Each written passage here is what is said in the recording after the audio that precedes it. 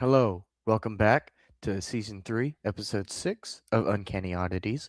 Tonight we're going to be talking about remote viewing. Now, I'm very interested in this one because it actually relates to one of my favorite topics of recent times in Project Stargate. So, there was a man. Hey, good to see you, James. Welcome back. We missed you last week. Thanks for coming to hang out with us again. I saw your message a minute ago. So tonight we're talking about remote viewing, Project Stargate, and Joe McMoneagle. So first, I want to go ahead and give a few details about Joe McMoneagle before we get started. So I looked up some, vague personal details, and a few things that stood out to me were he was actually in the military before he got recruited for Project Stargate. And he served 20 years, including time in Vietnam. Uh, that was with Agent Orange and the defoliation, but that's a whole other topic that we won't get into tonight. We'll leave that for other times, other podcasts, other other people's. So, anyways, he earned something called a Legion of Merit. Not sure what that is, honestly, but it's an award in the military of some sort for his service in SIGINT, which is short for Signals Intelligence, and that is where he was actually recruited for remote viewing. So, eventually he retired and continued as a consultant for Project Stargate until 1993. So, we're just going to go back into the story now. So, if you don't already know, Project Stargate was a secret project that started out as Project. Let me check. I think it was Sunstreak was the first one, and then it went to Grill Flame. Yeah, Sunstreak. Yeah, that's right, Sunstreak. This all started in 1978, and it was called Project Stargate. And it started off as Sunstreak, and then people started to leak information. Information got leaked, and they were like, let's change it to Project Grill Flame.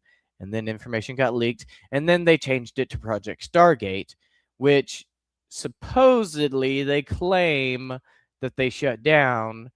But here's my thing about them claiming that they shut it down. They'd already changed the name twice. So I, call me a conspiracy theorist if you like, but I actually believe that all these programs, as they say, they shut down technically. They just change the name, shuffle things around, and they keep going. Uh, MI66517 said, I look like Stephen Hawking. Thank you very much. I appreciate that. And so what happened is they started this project and they were basically trying to chase what the Soviets were doing at the time. And they were interested in whether or not the human consciousness could leave the body and view other areas, hence the term remote viewing. And the Soviets were already doing research into this, so they wanted to catch up because it was around the time of World War II and the Cold War and all that. Sorry, I mixed things together. I meant the Cold War. It was around that time, and so they were very, let's say, competitive with the Soviets at the time, and so they saw them working on it. They wanted to work on it, and there are some very very interesting stories from Project Stargate. Um, Basically, they would have people uh remote view different areas. Now, Joe McMoneagle was one of their top remote viewers. They literally called him remote viewer number one. Let me double check that. I think that's what it was. Yes. Okay. And so what he did is he was really good at this, and they would give him an envelope with coordinates, and they would be like, tell us what's at these coordinates. And he actually told them about a secret NSA base, and the NSA got kind of upset about that. They weren't too happy that the Stanford Research Institute was using Joe McMoneagle to spy on them with remote viewing. And they didn't know what remote viewing was at that time, but they definitely were like, hey, this dude cannot know about that. How does he know about this? So they came in and they found their project, and all this remote viewing stuff. And they kind of, they were like, no, you can't be doing that. And then they kind of took over. And later on, he eventually remote viewed the moon. Now, here's the really interesting part. Eventually, he came around to a point where he started to remote view the moon. And when he did, he found aliens. You got to do the whole hair thing, right? Aliens. And he saw aliens on the moon, and they were working with humans in a secret military base. And when he started to talk about this, they were like, he also, they were like, hold on, be careful. And he was like, wait, they see me. Oh no. The aliens could see him. They are highly advanced spiritual beings, and they could sense that they were being watched. They knew that he was there watching them. So, of course, he stopped immediately and he came back and he brought his consciousness back to his body and he stopped remote viewing them, okay? But it was too late. So, they told him to go home for the day, and he went home. And how many of you have seen The Matrix? You remember The Matrix has that scene with the woman in red? Well, that's very reminiscent of what I'm about to talk about here, because he was at the grocery store, some random location, out and about doing his daily chores one day, and he saw this very attractive woman in a red dress. And, you know, she basically told him to be careful. And he was very confused. And then the the alphabet boys, they showed up and they basically kidnapped him almost. And they, like, brought him into their van or whatever, and they were like, hey, no, that woman is dangerous, do not speak to her, she is dangerous. And they said that she was an alien, and they told him not to trust her, not to speak to her. And he didn't know what was going on. And then he continued to remote view, and that was actually really interesting. And he did get a little scared about that, but he didn't let that stop him, and he kept remote viewing. And I thought that was really cool. And then eventually he actually had his own UAP encounter. And I hadn't heard about this, but I found out apparently he reported a UFO sighting in 1966 while stationed on Eleuthera Island in the Bahamas. He described a large oblate disk emitting intense light and causing temporary physical effects, including a sensation of being electrified. Now, that was impressive. And there's another story about him doing remote viewing, and this one says that he also claimed to have remote viewed a massive pyramid-like structure on Mars, and asserted that humans originated from sea otter-like creatures in a lab by extraterrestrial seeders, aka the ancient Anunnaki. We love the Anunnaki, right? He believes remote viewing transcends time, allowing perception of the past, present, and future, which is why they say that you can remote view the origins, you can remote view everything throughout time, old stuff, new stuff. You can remote view all kinds of stuff. And some people have even talked about remote viewing the crucifixion, and other people have talked about remote viewing the Ark of the Covenant, and all sorts of really interesting things. So you can basically go anywhere at any time. And as a result, like, he could even remote view this big machine that they had under like 30 tons of granite, like deep, deep underground. And he was able to remote view that machine and tell them exactly what the machine was used for and everything. And there was another story where he was able to remote view a Russian submarine months before it released. And that same submarine that he remote viewed and spied on them before they released it was eventually used in the movie The Hunt for Red October, was actually based on the submarine that he was able to remote view. And it was the first submarine of its kind. And initially they were like, when he started explaining how it operated, like it was two submarines like smashed together almost. And when he started explaining how it all worked, people told him, "No, you can't do that. That's impossible. That, it would be crushed by the weight of the ocean."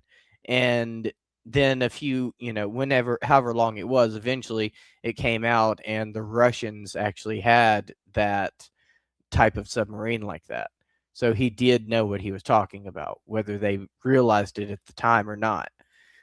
So you can understand why, CIA, FBI, government agencies in multiple lands would be interested in this kind of research and technology, because it would be great for spying, you know, but at the same time, it's also kind of scary for them, because it just goes to show that they don't have any sort of protection. Like there's no way to protect themselves from remote viewers. So, what are they going to do? You can't really defend yourself from, like spiritual stuff like that with remote viewing.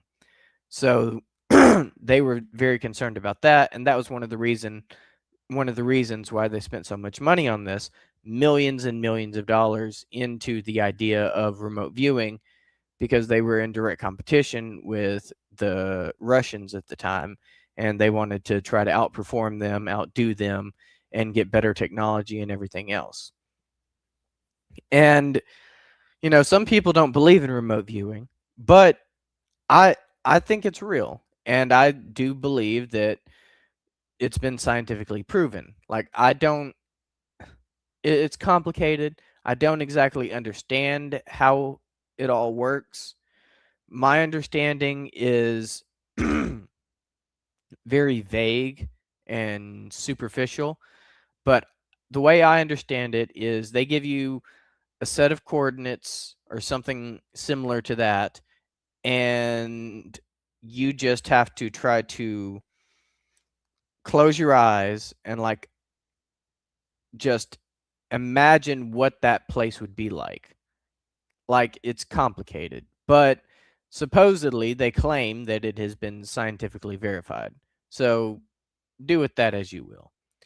But my understanding is they basically, you think about what they give you, such as the coordinates or whatever, and then you don't try to get an exact location or anything like that, so much as you just kind of feel around and see what kind of sensations you get when you think about what they're trying to task you with, be it coordinates, random, you know, no context image or something like that.